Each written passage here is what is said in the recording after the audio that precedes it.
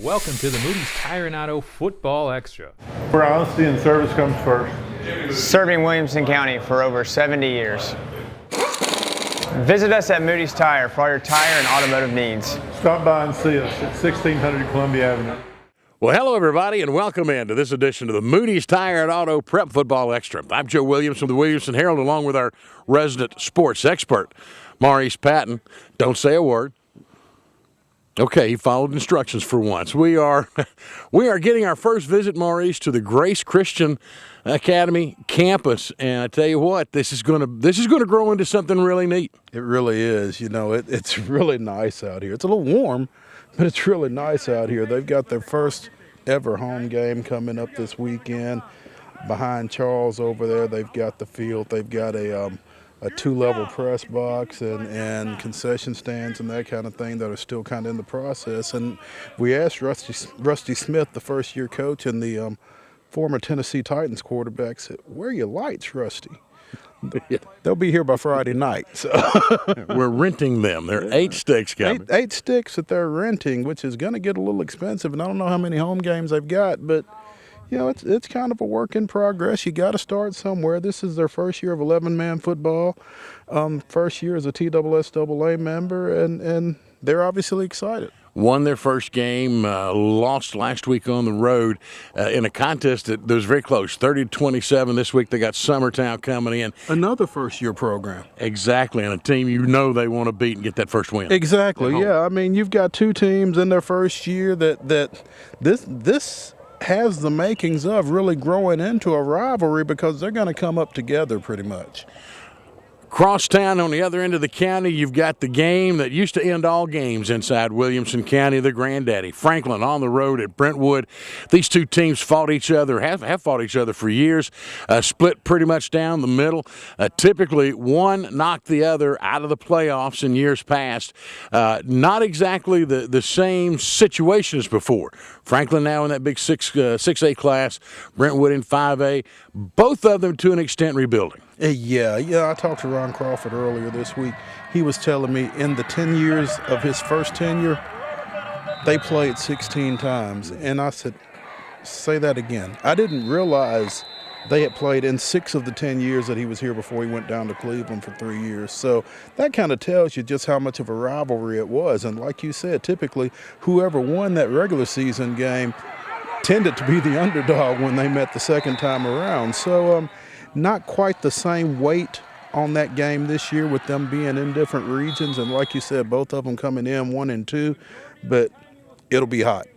I would not be afraid to see the kind of game that resulted in one of the great statistics of all time, and that is that in one 3-year stretch, 6 football games was decided by 8 points. It'll be tight. I mean, again, Donnie does such a great job. Ron does a great job. He's got his kids headed in the right direction coming off that win up at Rossview last week. Franklin lost a tough one against Overton in a region game. So I'm expecting this to be a really close ball game, like you said. Ravenwood has to hit the road after winning their first region game of the year in an overtime slugfest with Mount Juliet. They'll travel down to what is becoming one of their big rivals. In Centennial, the Cougars beat the other set of Cougars, Dixon County, on the road, but Maurice in the process. Centennial lost starting quarterback Billy Lovell. Blake Lovell. Blake, yes. But and they are kind of the walking wounded suddenly. They lost their starting quarterback, Tristan Piscani, I believe it was. They've got twins, Tristan and Patton. So I think it's Tristan that's the quarterback that's got a back issue. They expect him back. Blake Lovell suffered a broken collarbone over at Dixon County, and he's probably done. So they're down to their number 3 quarterback against a team that's scoring about 40-something points a game. So it's going to be a tough night for Centennial offensively, I think. I think we should probably looking at Centurion DeRoe coming in to run the quarterback. Probably we'll see Brian Rector go back very much to a running game. Very much to a running game, which is very much going to involve Tyrell Dotson, you would think, trying to control the ball, control the clock, shorten the game as much as you can because, again, they're down to their number 3 quarterback, and DeRoe has been playing receiver, I think, So not only are you down to your number 3 quarterback, but you are taking a receiver out of that receiver core as well. So all of a sudden, things are getting a little dicey offensively for Centennial. Of course, they'll also probably get some help out of Mondu Sawyers, who will be a good change of pace for Terrell Dotson, and that ought to be a pretty good game. We'll be watching that one this week. Also, Smyrna goes down to Indy, and you talk about injuries and bad news. I know Scott Blade a little bit concerned with Indy coming in without his quarterback. The big kid, Andrew Bunch, injured, missed last week. They still put up a 21-point win over Lincoln County. Exactly. And, they kind of adapted well to not having Bunch. Adam Swayze went back there. He ran for 88 yards and 2 touchdowns in the second half. Once they kind of adapted a little bit, I think you're going to see more of that same thing. They're going to be more run-oriented with Swayze, with Daniel Wright, and maybe try to get Nate Johnson once or twice when you've got everybody down in the box. Smyrna comes in. They've got a 3-year starter at quarterback in John Turner. They've got a really good two-way player in Akana Okeke, who is a receiver, cornerback, is being highly sought after by a lot of folks. And so if they are able to score some points and make it tough for Indy to stay with that running game, that could be a good one. The good thing for Independence is this is a non-region game. Yeah. They play Summit next week, and then they've got a bye week. I think they're looking to get Bunch back after the bye week, best case scenario. That should be a help if they can. That bye week came in just in time for those guys, it would appear. Speaking of Summit, they've got to travel Maurice to Lebanon. A longer drive than you would think across 840 to get over there. Yeah, from where they are, it's not short, but I think they are excited about making that drive because when you look at what Lebanon's done the last couple of years, Summit, that's got to be a game that Summit kind of looked at their schedule and said, this is where we got a shot at winning one.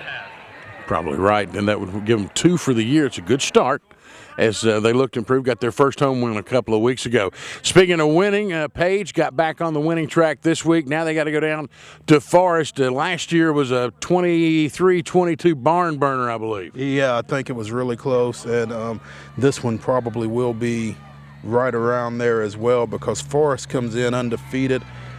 I believe they're in 2A, Basically, they're neighbors, Chapel Hill, Rutherville. I mean, this is a pretty hot rivalry right here, and those kids, a lot of them know each other, and it's going to be a heck of a ball game.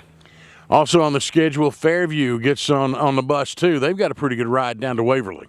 Waverly is a team that the last couple of years has been really explosive offensively and kind of looking to see if Fairview can get back to what we expected them to be coming into the year. They took a couple of tough losses early on over at Page and then at Creekwood a couple of weeks ago. Finally picked up a win last week. I think they're feeling a little bit better about Hunter Zimmerman. Jake Bethard, the transfer, starting to kind of ease in on offense, and I think they're feeling a little bit better about themselves, but Waverly's going to put up a tough challenge for them.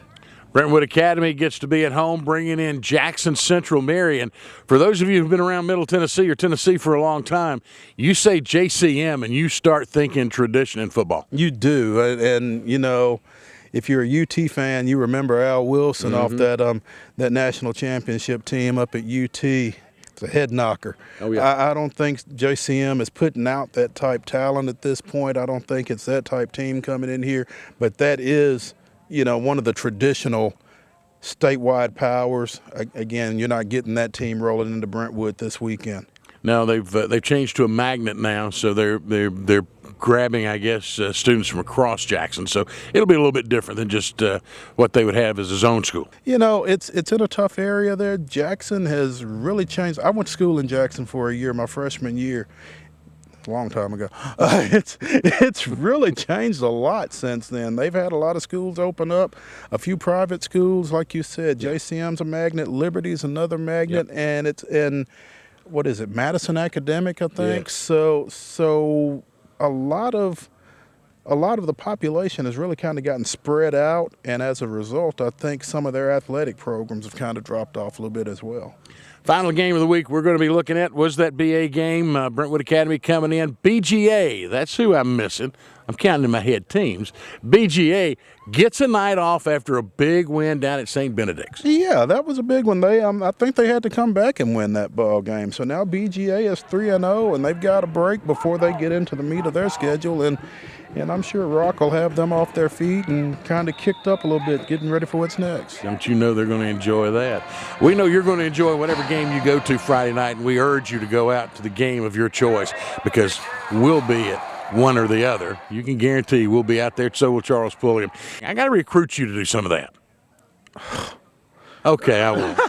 You don't know my early mornings already. You gonna stretch me out on Saturday too? Well, no, it'd just be staying up and following right through. I mean, you got to get up to go do. You got to go do your radio show. Man, that's killing me. When is your radio show? My radio show is from 6 to 7 on 1510 WLAC with Brad Hopkins and Jared Morse. Check us out. Get up. Get up. Come on, I'm up. You might as well be up, especially on Fridays when they concentrate on high school football with the Scoreboard Live. Scoreboard. Bird. Yeah, there you go. Okay, well, we've kind of sweated through this one, and I've messed it up pretty well. So it's time for me to say thank you so much for being with us from Maurice, Patton, and Charles Pulliam. I'm a melting Joe Williams. We'll see you next time on the Moody's Tire and Auto Prep Football Extra.